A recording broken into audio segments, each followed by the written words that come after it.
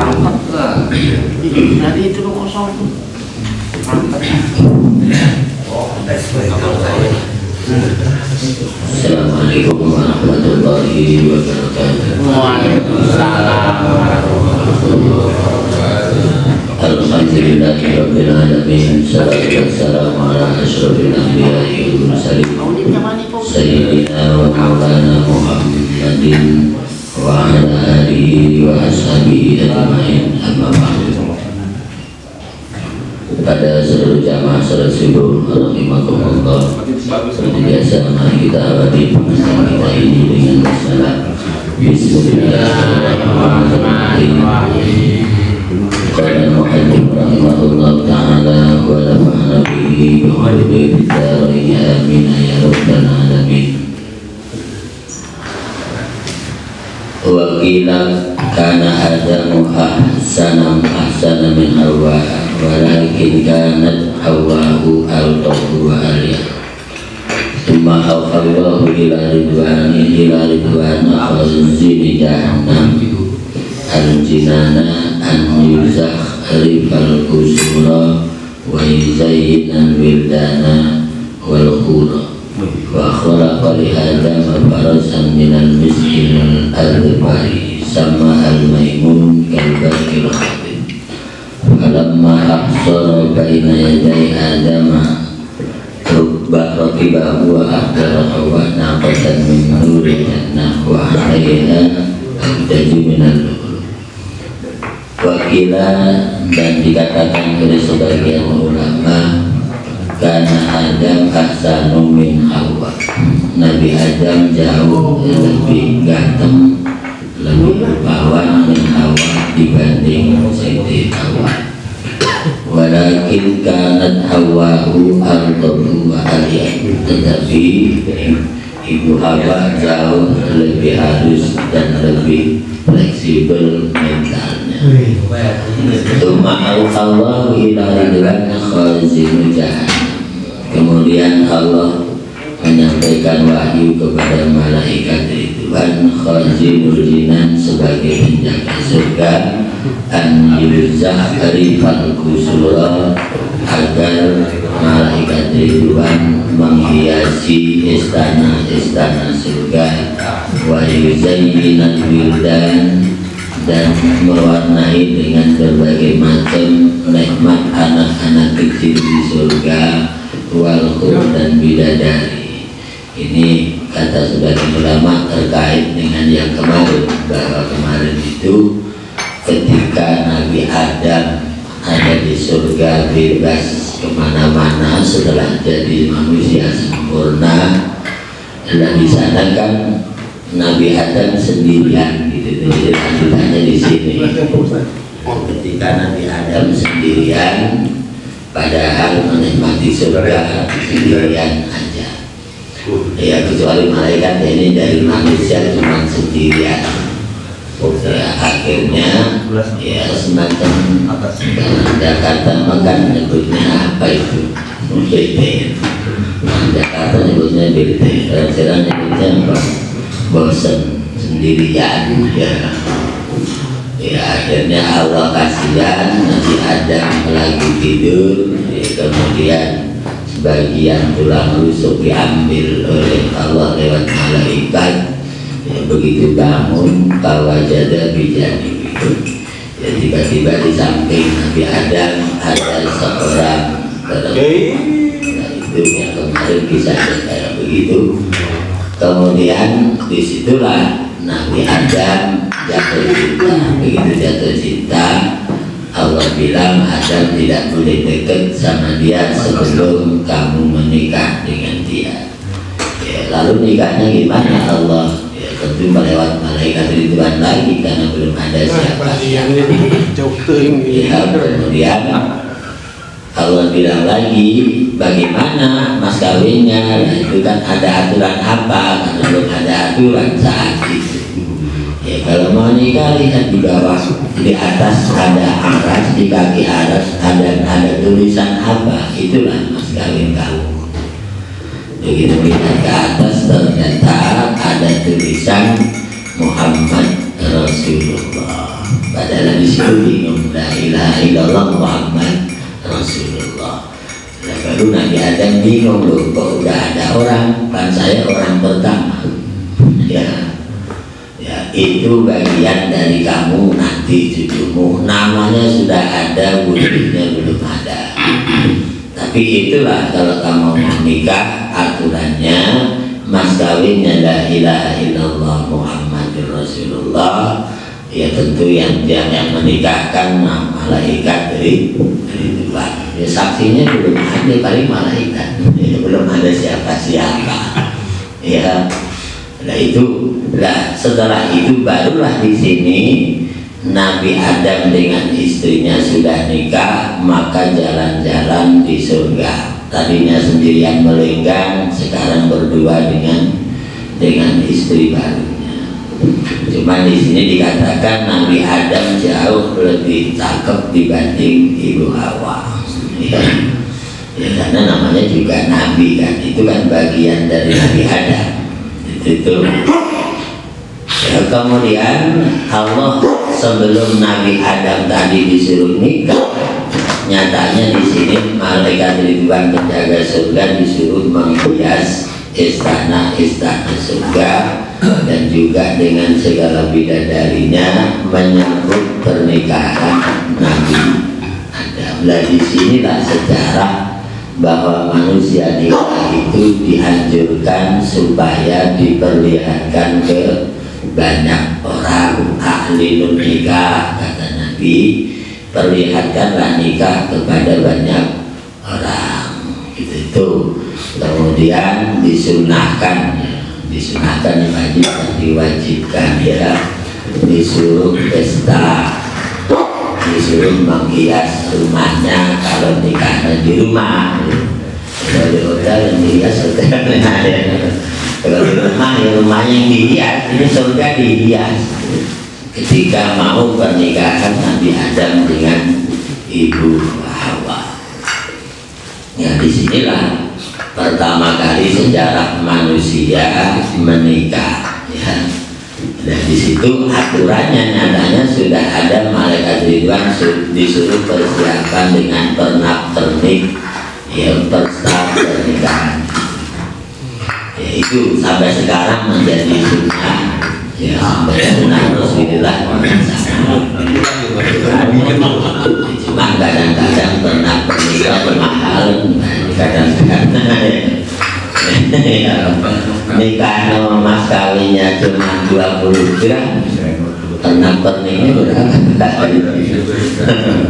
Pernak-perniknya ratusan juta, yang wajib mas kawinnya cuma 20 gram kadang-kadang. Antara yang wajib dengan yang sunnah jauh sekali. Itulah seiring budaya manusia.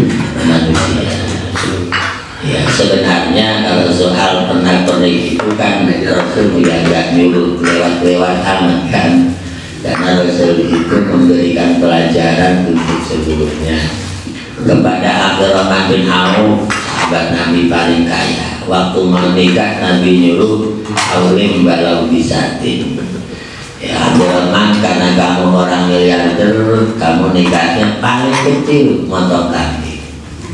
Karena Nabi tahu Abdurrahman bin Auf orang kaya. Tapi sebagian sahabat yang miskin nanti nggak nyuruh pesta. Ya sudah, nyari mas kawin aja kamu nikah. Begitu nyari mas kawin dapatnya cuma cincin besi. Akhirnya dinikahkan sama Rasul dengan cincin besi mas kawinnya. Artinya ada contoh sederhana, ada contoh yang dihias mewah. Dua-duanya ajaran Islam. Yang penting jangan berlebihan. Kalau berlebihan nanti bagian dari perbuatan setan disebutnya. Cuman dia bingung Pak Haji, kalau kita mau kritik nanti dianggapnya anti budaya. Contoh kecilnya begini, Pak Haji kalau hajatan para pejabat dan ngasih amplop, enggak itu yang ada kok bagus, ucapan selamat. Ucapan selamat saya kan lumayan, ada uangnya berapa sejuta kan ya. Kalau Pak Haji kira-kira dikasih ucapan selamat, dikasih uang 1 juta milih yang mana? Iya, itu loh. Itu kalau mau dikritik ya tapi ya itulah udah yang mau diakalkan. Kita sejuta kita yang itu aja itu. Ya kita sejuta kan dengan sudah kasihkan yang aja daripada ucapan selamat. Ucapan selamatnya pakai mulut aja kan. Barakallahu fika wa barakatuh. Itu ucapan selamatnya pakai mulut kan yang mestinya ya. Ini ucapan selamatnya yang 1 juta. Mendingan 1 juta kasihkan DPRT ya lumayan. Kalau kali 100 orang 1 juta lumayan. Ya artinya buat pengantinnya 100 juta buat PP rumah mewah gitu aja. Boleh lah 100 juta buat PP rumah metro juga kantor dari ada. Ya tapi itulah budaya Pak Haji, nanti kalau kita kritik dianggapnya anti budaya. Ya tapi memang begitu ya Pak Haji yang tanya. Ya termasuk juga yang meninggal itu yang mesti kurang tertarik. Kalau tadi masih meninggal orang senang ini ya Pak Haji ya. Tapi kalau orang meninggal ucapan selamat, mendingan uangnya kasihkan yang meninggal yang lagi sedih gitu. Ya kan daripada cuma dipajang besoknya diambilin tukang kembang. Tukang kembang gitu kan ada kembang ya, tukang kembang diambil tukang kembang dijual di pinggir jalan. Itulah budaya. Tapi kan ya itulah nyatanya kayak begitu. Diapakan yang jelas memang pernak-pernik di sini sejarahnya memang sejak Nabi Adam disuruh nikah dengan Hawa. Ternyata dekornya ya malaikat itu kan, pendekornya malaikat ribuan. Sebenarnya juga panitianya malaikat ribuan karena dia penguasa, dia termasuk penguasa surga. Jadi nyuruh anak buahnya disuruh menghias zawali setelah matahari bergeser ke barat. Walihada sunnah akum tajri di yaumul Jumat. Dengan demikian maka akad nikah disunahkan pada hari Jumat pada saat matahari bergeser ke barat. Itu jadi sejarah manusia nikah Nabi Adam itu nikahnya hari Jumat ya, ketika matahari bergeser ke barat artinya habis sholat Jumat. Itu ya karena kemarin Jumat juga dijalankan Nabi Adam di surga kan. Yang kemarin itu Nabi Adam kan naik mimbar Jumatan. Kalau ini nikahnya habis Jumatan. Jadi nah itu disunahkan. Sebenarnya enggak, itu juga boleh disunahkan habis Jumatan. Itu kenapa begitu? Bahkan disunahkan habis Jumatan juga kalau bisa akad nikahnya di masjid karena kebetulan masih banyak orang disaksikan sama jamaah sehingga doa orang habis Jumatan untuk orang tersebut lebih banyak membawa berkah gitu. Tapi seandainya pagi boleh aja, memang ini sejarah Nabi Adam. Jumat pagi boleh, Jumat malam boleh, hari lain juga boleh. Cuma sunnahnya akadnya loh ya. Ini akadnya loh Pak Haji, bukan besarnya akadnya hari Jumat habis Jumatan. Itu terserah mau tanya hari Sabtu hari Minggu. Akadnya itu sejarah Nabi Adam. Itu ya makanya kita ini kadang-kadang menjalankan syariat kalau nggak tahu sejarahnya kurang mantap. Tapi kalau tahu begini jauh lebih mantap. Oh gitu. Kenapa sih para kiai suruhnya Jumat dan nikahnya ternyata mengikuti akad nikahnya Nabi Adam. Nah ini setelah itu kemudian Nabi Adam di sini disuruh jalan-jalan habis nikah, lihat segala macam keindahan surga.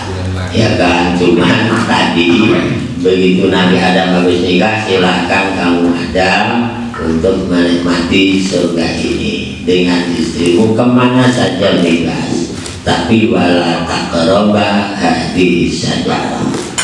Ya jangan dekat-dekat pohon ini. Lah pohon ini kata sebagian sejarawan Islam menyebutkan pohon yang dilarang itu apa? Pohon hintoh. Padahal hintoh itu artinya gandum. Jadi yang dilarang pada saat itu namanya pohon hintah. Kalau kita lihat di kamus bahasa Arab itu artinya gandum. Begitu. Jadi saat itu ketika Nabi Adam itu melihat pohon hintah itu takut dia. Ya karena saat itu pohon hintah tadi itu buahnya besar. Ya buahnya di dalam sejarah di sini disebutkan sebesar kepala kuda. Biji gandumnya itu. Ya tapi kan kita juga anggapnya kecil ya karena Nabi Adamnya kan 30 meter. Iya, Ibu Hawanya juga 30 meter. Iya kecil lah, kalau gandum segini kepala kuda ya masih kecil. Itu. Jadi setiap kali Nabi Adam ketemu pohon itu dia menghindar. Ya cuman di sini lama-lama ya tadi dikerjain sama iblis. Ya udahlah, begitu dia dengar Allah nyuruh jalan-jalan jangan dekat dengan pohon ini, pohon huldi atau pohon hintah. Iblisnya dengar, awas kamu Adam, nanti saya ganggu dengan pohon gandum itu. Iya, apa ketahuan rahasianya? Ya kan rahasia intelijen ketahuan dengan itu. Akhirnya disitulah iblis bermain lewat pohon hintah atau pohon huldi dalam satu sejarah yang lain. Ya, lah dari sinilah iblis main-main di situ ketika Nabi Adam lagi bulan madu. Ya, dia naik di situ di atas pohon itu. Ya, lah cuma di sini ya begitu dia naik di pohon situ apa yang dimainkan di sini? Iblis bermain-main dengan mizmar. Apa mizmar? Mizmar itu seruling, ya. Seruling yang suka yang tanda itu namanya seruling bukan? Suling ya. Kalau suling beda-beda, lain daerah, lain sebutan. Ada yang nyebut suling, ada yang nyebut seruling. Ya terserah, tapi bedanya kan itu juga ya. Ada yang dari bambu, ada yang dari benda lain mirip bambu lah, terserah ya. Lah itu iblis main-main di pohon yang dilarang oleh Allah, namanya pohon huldi atau pohon hintah di sini disebutkannya. Ya karena di situ lagi main-main di situ main seruling sambil nyanyi-nyanyi iblisnya lah. Akhirnya Nabi Adam dengan Ibu Hawa yang lagi jalan-jalan lupa. Ya, saking asiknya dengerin syairnya iblis dan serulingnya. Nah dari situlah kemudian dalam sejarah ya seruling itu dianggap alat musik yang sering membuat orang lupa kepada kebenaran. Itu sehingga ahli tasawuf mengatakan seruling itu dimainkannya haram. Bukan sulingnya ya, tapi memainkan suling. Kalau suling mau nggak ada apa taruh aja kan. Memainkan suling itu haram.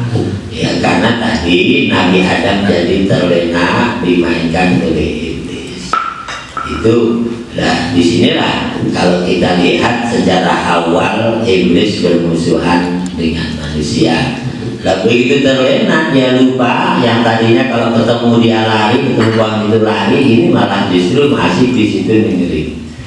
Ya kan begitu dengerin, akhirnya dia makan yang tadi itu buahnya dari pohon hintah itu. Ya karena wanita dengan laki-laki itu beda. Kalau laki-laki lihat sesuatu dengan akal cerdasnya, Ibu Hawa lihat sesuatu dengan nafsu yang tertekan. Akhirnya Ibu Hawa yang makan duluan. Jadi makan duluan ya enggak.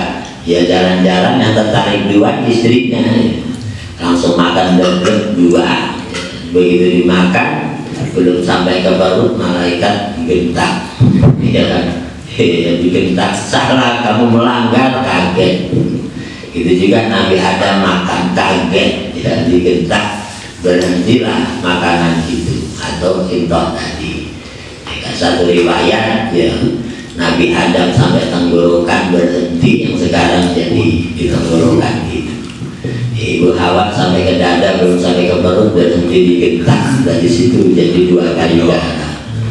Dan itu sejarah pohon hintah atau pohon khuldi di surga terhadap Nabi Adam dan istrinya.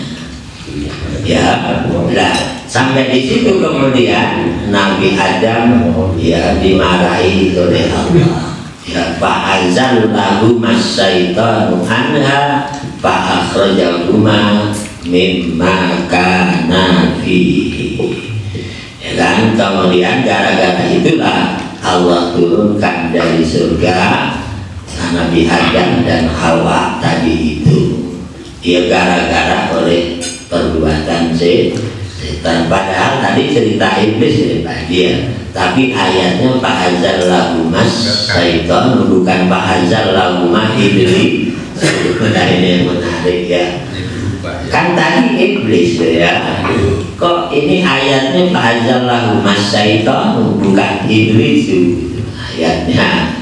Itu artinya setelah iblis melanggar, atau Nabi Adam melanggar oleh tipu daya iblis, maka iblis disebut dengan setan. Setan artinya pelanggaran. Itu artinya setan itu dilihat dari sisi perbuatan melanggar aturannya. Itu sampai sekarang semua pelanggaran dianggap dari perbuatan setan, walaupun manusia itu. Sehingga Al-Quran menyebut minal jinnati ada setan melanggar itu bentuk jin, ada yang bentuk manusia. Itu sampai juga orang yang nakal-nakal dibilangin setan, ya, dikasih cap setan. Itu emang dasar anak setan, orang marah, dasar kamu anak setan. Lah nanti dijawab sama anak, berarti bapaknya bapak setan, bilangnya ibu setan. Ya takutnya begitu. Makanya dalam aturan Islam, semua yang membuat orang jauh dari Allah dan melanggar aturan Allah disebut setan atau perbuatan setan. Itu. Sehingga ada perbuatan yang sifatnya diatur oleh iblis dan setan. Cuman kalau kita lihat di dalam surat Al-Kahfi, kana minal jinni fafasaqo an amri rabbi. Iblis itu siapa? Kata surat Al-Kahfi, fasajadu illa iblis. Ya, semua malaikat hormat kepada Nabi Adam di surga saat Nabi Adam masih sempurna melenggang di sana kan. Ila iblis, kecuali iblis yang tidak tunduk kepada perintah Allah, hormat kepada Nabi Adam. Lalu iblis siapa? Kata surat Al-Kahfi, kana minal jinni fafasaqo an amri rabbi. Sebenarnya iblis itu bagian dari jin, kemudian dia menentang perintah Allah. Itu. Jadi kalau begitu istilah iblis dan setan walaupun dua istilah maknanya tetap sama, yaitu lambang penentangan dan kemaksiatan. Itu. Jadi yang dilihat dari situnya, wujudnya boleh jadi iblis, boleh jadi jin, boleh jadi manusia. Ya itu kan wujudnya bisa macam-macam ya. Sehingga mereka juga bisa menjelma macam-macam. Itu tuh. Nah, disinilah kemudian Nabi Adam dan Ibu Hawa berarti di surganya nggak lama. Di sini ada yang menyebutkan setengah hari. Kalau harinya di akhirat berapa? 5 tahun. 500 tahun. Jadi setengah hari akhirat 500 tahun bagus kan? Setengah hari doang, iya, tapi setengah hari akhirat. Ya kalau hari, iya kan satu hari akhirat kalau bisa nanti 5 tahun juga tahun. Ya, satu hari akhirat itu sama dengan 1000 tahun yang kamu hitung di dunia. Berarti setengah hari 500 tahun. Itu. Jadi Nabi Adam awal gak lama, cuma setengah hari alias 500 tahun di surga, kemudian turun dari surga dan belum punya anak. Itu ya, jangan cerita berarti Nabi Adam di surga punya anak, bidannya siapa dan seterusnya. Sejarahnya jadi panjang lagi nih Pak ya. Ya kita nggak usah nanya di sana. Yang jelas cuma setengah hari kemudian langgar disuruh turun dari surga gara-gara bujukan azallahu masyaitanu anha fa'akhrajahuma mimma kana. Ya, bagaimana bahasa Allah? Qulna bitu ba'dukum li ba'din adu walakum fil ardi mustaqarrun wa mata'un ilahin. Jadi Allah bilang, qulna, kami bilang kepada Adam, kata Allah, ihbitu, turunlah kalian berdua Adam dan Hawa. Ya, qulna bitu, turun kemana? Turun ke bumi. Setelah turun ke bumi, kata Allah, ba'dukum li ba'din adu. Sebagian kamu nanti akan menjadi musuh bagi sebagian yang lain ketika sudah turun di bumi. Tapi walaupun begitu, walakum fil ardi mustaqarrun, kalian dipersilahkan bumi ini menjadi tempat tinggal kalian dan merupakan mata ilahin, kenikmatan sampai kiamat. Jadi Allah mempersilahkan bumi untuk Nabi Adam dan anak cucunya sebagai tempat tinggal sampai kiamat. Mustaqarrun. Tetapi yang sedih di situ, kenapa ba'dukum li ba'din adukum. Ketika turun ke bumi akan jadi musuh satu dengan yang lain. Artinya manusia suka berantem. Itu. Sebabnya ternyata sama, pohon kuldi dan buah hintot juga. Itu. Nanti kamu turun ke bumi akan bermusuhan gara-gara pohon langgaran di surga itu, namanya gandum. Dan sekarang Rusia perang Ukraina juga rebutan gandum. Itu sejarahnya. Rebutan gandum maksudnya rebutan isi perut gitu loh. Ya karena zaman dulu kan Nabi Adam juga turunnya di sana, ya di India, kemudian Ibu Hawa di Jeddah, sekarang Saudi Arabia gitu. Ya orang sana memang hintot, makanannya gandum. Roti kan gandum. Roti itu dari gandum. Orang sana nggak makan nasi bagus, nggak makan beras. Ya kan orang sana nggak makan beras, makannya roti. Makanya orang Indonesia kalau pergi haji makan roti gulai juga katanya belum makan.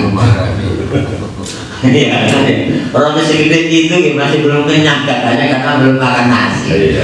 Orang Indonesia mau unik ya. Sama juga orang sana makan nasi kayak orang makan cemilan. Habis makan nasi tetap makan roti. Itulah gara-gara tradisi masing-masing. Jadi ya kayak begitulah. Yang satu meyakini roti jadi kenyang sebagai makanan pokok, yang satu meyakini beras sebagai makanan pokok jadi kenyang. Akhirnya satu negara dengan yang lain berbeda. Ya kayak zaman dulu itu yang kelaparan haji tentu itu kelaparan, kebetulan ada itu saya haji waktu itu. Sebenarnya memang gak ada kelaparan, kata dia mau roti segede-gede bantal di kelaparan, kata adik saya. Yang enggak lah saya kekenyangan, cuma karena orang kita pengennya makan nasi, roti banyak juga dibilangnya kelaparan. Makan. Kata dia, lah saya roti banyak dilempar-lempar ke jamaah itu banyak gitu. Cuma katanya belum makan nasi, maka dibilangnya kelaparan gitu. Dan beda Pak, kita makan roti kan kecil ya bagian. Lo orang Arab itu makan roti, rotinya kan gede Pak. Rotinya gede, dagingnya segini. Ya kalau dagingnya segini ya. Itu berarti kalau kita beli semacam burger itu 10 kali lipat gedenya Pak Haji ya. Lah gede sekali mah sudah kenyang ya Pak. Lah itulah namanya juga kenyang. Nah, ini yang menarik, ba'dukum li ba'din adu, kata Al-Quran. Ya kan? Begitu turun ke bumi, manusia akan suka bermusuhan. Sebabnya pohon yang dilarang di surga yaitu pohon gandum dan sejenisnya, artinya makanan manusia. Ya sama sih, perang di mana juga sebabnya itu kan banjir. Iya, isinya perut, orang itu perut. Lah, ya nyatanya gandum di Ukraina itu kan besar di Eropa. Iya, jadi orang Eropa makannya roti. Lah kalau gandumnya gak ada, makan apa orang Eropa? Lah disitulah jadi rebutan itu. Dengan cara harus perang habis-habisan. Ya sama ketika perang di Timur Tengah nggak selesai juga sama, isi perut lagi yang dikejar bukan? Iya, cuman minyak. Orang di Timur Tengah yang dikejar isi perut tapi minyak. Nah, yang minyak dimakan nggak dimakan tapi uangnya kan gede. Gitu loh. Tetap aja uangnya untuk isi perut. Ya kemudian kenapa negara lain nggak berani? Ya kan berani kan? Di perang Ukraina kan negara yang lain gak ada yang berani. Ada nggak yang belain? Nggak ada. Karena dia sama-sama Dewan Keamanan PBB, Rusia Dewan Keamanan, Amerika Dewan Keamanan, ya kan, kemudian Uni Eropa Dewan Keamanan, China juga Dewan Keamanan. Ya akhirnya ibarat polisi, ABRI, jaksa gitu kan, sama-sama kan keamanan gitu ya. Nah akhirnya mau nasihati gak berani kan? Justru malah mereka baguslah tensin barang terus. Nanti kan saya bisa jual senjata nih yang paling baru, bom saya, ini rudal saya yang paling baru. Akhirnya dapat uang lagi, Akhirnya lomba penjualan senjata perangnya lanjutin terus saja. Jadinya kaya kan? Eropa jadi kaya, Amerika jadi kaya karena senjata terbarunya terjual di sana. Pinter apa? Kata bapak pinter bukan pinter licik. Pinter ya bukan pinter licik. Apa itu? Ya iyalah tertawa di atas penderitaan. Licik bukan namanya, licik bukan pinter, licik namanya pinter. Ya. Makanya kita ini kalau baca sejarah begitu itu dengan pesan-pesan Rasul kadang-kadang ya satu sisi ketawa, satu sisi sedih, itu kan ya. Apalagi Nabi pernah menggambarkan kan, yusiku alaikum, yusiku antada alaikum umat. Umat Islam, kamu nanti akan ditinggalkan oleh bangsa-bangsa yang lain, ya kan? Ya kenapa kalian senang bertikai gitu kan? Kalian akan dianggap seperti makanan di atas meja. Sebelah sana pengen makan, sebelah sana pengen makan, sebelah sana pengen makan. Umat Islam kayak makanan hidangan di atas meja. Sana sini diganyang orang. Contohnya ya potret negara Islam di Arab. Negara Islam di Arab kan sama lagi begini, lagi kayak begini-gini gitu. Ya, kenapa begitu? Nabi bilang innakum guzahun kaguza isai. Ya, karena kalian jumlahnya banyak tapi kayak buih di lautan. Ya. Umat Islamnya mau banyak tapi kayak buih di lautan. Artinya tergantung anginnya bawa kemana. Ya kan, umat Islam kayak buih, kata Nabi. Kayak buih gimana? Nggak punya kekuatan, gampang diatur oleh arus zaman. Angin namanya, angin aja ke barat, orang Islam ikut barat, ikut timur. Kenapa? Karena nggak punya kekuatan. Kenapa nggak punya kekuatan? Karena nggak mau bersatu. Ya, akhirnya Israel sekecil itu, negara Arab segitu banyaknya, ya dianggap gak apa-apa, gak ada apa-apa. Ya. Karena tadi orang Islamnya dibikin sama mereka supaya tidak besar. Saudi dikasih isu kalau kamu belain Iran, minyakku saya stop.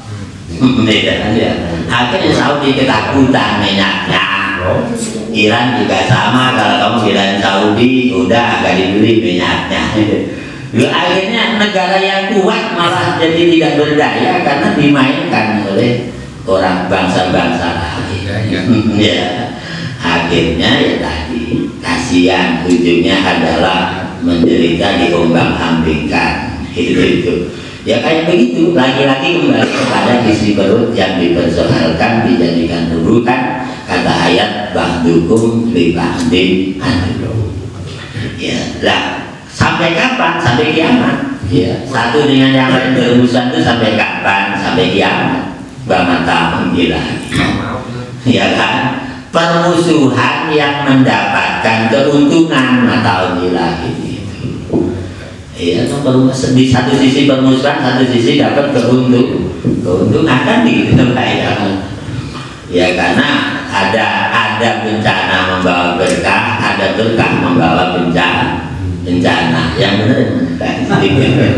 Ada bencana membawa berkah, ada berkah membawa bencana. Saya bawa nikmat yang benar. Kata apa sih ya? Itu mah urusan hamba dengan istrinya ya. Ya. Enggak, ini kalau kehidupan dunia kan begitu ya Pak Haji ya. Ketika Islam jaya di mana, di Spanyol 700 tahun, ya itu kan nikmat luar biasa ya. Tetapi nikmat Roma di Spanyol itu cuma 700 tahun, kemudian ambruk Perang Dunia Pertama, sekarang jadi bencana buat Spanyol.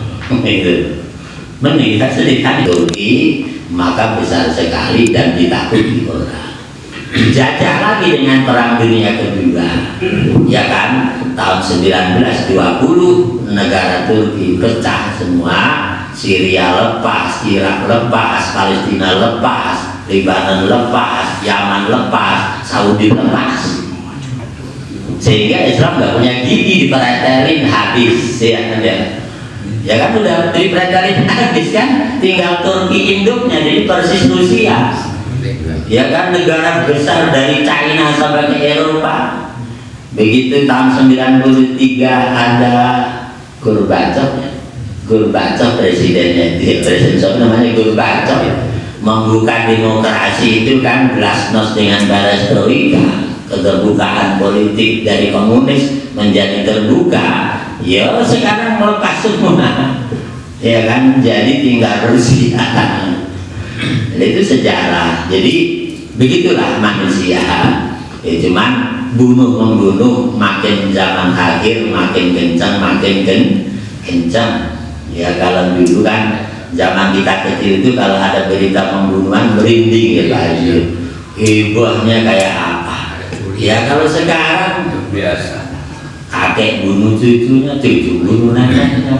Kayaknya karena sehari-hari dengerin kayaknya udah gak merinding lagi, nggak ada yang merinding lagi zaman sekarang. Ada yang gara-gara minta HP ke ibunya gak dikasih, ibunya dicetek. Sekarang gitu kan ya. Akhirnya pembunuhan itu makin zaman akhir makin kenceng. Sehingga lama-lama nyawa manusia gak ada guna. Bunuh orang dianggap biasa. Ya yang menyedihkan lagi ya kalau memang itu di kalangan preman kayaknya ya wajar kali aja. Kalau terjadi waktu bermusuhan itu preman, geng preman berantem dengan geng preman gitu, kayaknya ya dengerinnya nggak itulah. Ya itu mah biasa gitu kan ya kayak gitu. Nah sekarang pembunuhannya udah merembet ke tempat yang dianggapnya aman kan menyedihkan. Ya Gontor dibunuh santri sama santri, di Gintung Darul Kolam bulan Juni juga sama, santri dibunuh santri. Lah kalau tempat yang dianggap agama juga senang bunuh, tempat Renoano lebih parah lagi. Gitu itu. Ya itu kan menyedihkan ya Pak Haji ya. Jadi makin kesini makin menyedihkan. Jadi pembunuhan di tempat yang suci. Lah itu kan menyedihkan sekali gitu. Ya karena tadi, kenapa begitu kata Nabi, kalian akan dihinggapi penyakit haraj, ya kan, dengan penyakit wahan. Gemar membunuh karena ada penyakit wahan. Apa wahan? Terlalu cinta dunia tapi takut mati. Nah penyakit wahan. Ini bukan Wuhan loh, kalau Wuhan sumber corona kan. Kalau Wuhan sumber coronanya kan ya, itu ini mau wahan, wahnun ya, penyakit wahan itu orang pengennya hidup mewah senang, ibadah gak mau, ya kan, itu kan begitu kan ya. Ya karena kalau orang sudah senang dunia berlebihan, hidupnya sibuk dengan dunia, kenapa nggak ngaji sibuk, kenapa nggak sholat sibuk gitu loh maksudnya. Lah itulah penyakit wahan di zaman akhir yang kemudian menimbulkan saling bunuh membunuh. Anak perkosa orang tua. Iya anak ya, perkosaan itu kan awal dari pembunuhan ya Pak sebetulnya. Pemerkosaan itu awal dari pembunuhan, ya kan? Ada orang tua merkosa anak, ya kan? Nanti anak besar dendam bunuh orang tua kan begitu kan? Jadi awal dari pembunuhan sebabnya dulu kan? Kalau bahasa Nabi begini, ya inna min hasrati sa'a ayyul fa'al ilmu. Ya termasuk tanda kiamat datang itu kata Nabi pertama ilmu Islam ditarik, artinya orang dijauhkan dari keimanan dan agama. Jadi kalau udah dijauhkan dari iman dan agama, kemudian apa? Wa yudharul jadu, orang seneng bodoh terhadap agamanya, nggak tertarik dengan keimanan, semuanya serba rasional, nggak masuk akal. Ya namanya ibadah semuanya nggak masuk akal. Ibadah itu cuma pengabdian kepada Allah. Lah iya orang tetap di sini yang dibutuhin mukanya kok masuk akal nggak? Lo yang tetapnya kan di pantat. Kenapa butuhnya nggak di pantat tapi di wajah? Itu orang rasional. Dan susah kalau udah begitu nanti kan. Udah lagi ditambah dengan HAM, hak asasi manusia. Walaupun tujuannya bagus, kadang-kadang disalahgunakan. Orang tua mau marah sama anak, ada undang-undang KDRT, akhirnya nggak jadi marah, ya kan? Anak mabuk mau dimarahi, ada KDRT, akhirnya nggak berani marah. Nah kalau terus-terusan nggak berani marah, ya mabuk terus, ya kan? Kayak gitu. Di sekolah guru mau marah, ada hak asasi manusia, ya kan? Akhirnya anak bandel juga nggak berani marahin, ya. Ya itulah sebabnya, banyak sebab, ya kan? Aturan banyak diatur tapi tidak efektif, yaitu. Dan di sini memang kalau Nabi Adam turun dari surga gara-gara pintoh atau isi perut, begitu masuk ke dunia ini, ke bumi, sama itu juga menjadi muara perseteruan satu dengan yang lain, sehingga orang mengejar jadi orang paling kaya di dunia, ya. Mengejar posisi paling kaya di dunia. Saya tanya Pak Gus, orang paling kaya di dunia nomor satu siapa Pak Gus? Enggak dengar, pasti nggak dengar. Kalau yang paling kaya jadi kesal baru tahu harus ya. Enggak sekarang, iya. Orang terkaya di dunia sekarang nomor satu siapa? Cina aja. Sekarang, ini udah lewat ya. Ya siapa itu saya tidak tahu. Yang jelas terkaya nomor 4 namanya Bill Gates, Microsoft yang punya perusahaan. Microsoft itu yang menciptakan IT, komputer dan sejenisnya, namanya ya Microsoft itu ya. Itu orang terkaya nomor 4 di dunia. Ya kan? Tapi untungnya dia nggak masuk Islam. Coba dia masuk Islam bagus. Sekarang mundur dari deretan orang terkaya nomor 4, kekayaannya dihibahkan kepada fakir miskin di seluruh dunia. Lah bagus. Sayangnya belum muslim, masih belum muslim. Coba dia muslim, luar biasa pahalanya ya. Tapi untuk amal dia punya untuk amal. Mundurlah, nggak mau disebut orang kaya, saya kasihkan aja ke orang-orang miskin, kata dia. Ya kalau di Indonesia, kan kalau di Indonesia paling kaya siapa bagus pasti tahu siapa. Itu nggak tahu. Itu kita ini Oh kita ini alhamdulillah. Kita ini yang paling kaya di Indonesia Pak RT. Jadi gitu Pak RT. Ya kaya hati maksud aja. Ini saya tanyakan kaya dunia, bukan kaya hati lagi. Jarum ya apa yang tahu ya. Haji yang tahu sekarang orang terkaya di Indonesia itu Jarum yang punya rokok dan itu paling kaya, maka sekarang beasiswanya dia paling besar. Ya banyak yang dikuliahkan, cuma ya tadi garis bawahnya pasti garis bawahnya orang luar Islam. Ya yang menarik itu, jadi corona 2 tahun dia melonjak paling kaya. Jadi bingung ya, orang corona kan nggak boleh rokok ya. Kok malah corona jadi melejit? Kok iya yang punya rokok malah paling kaya gitu loh. Lah kan selama corona katanya suruh jaga nafas dengan baik, jangan merokok. Mantap. Yang punya rokok paling kaya, ini gimana?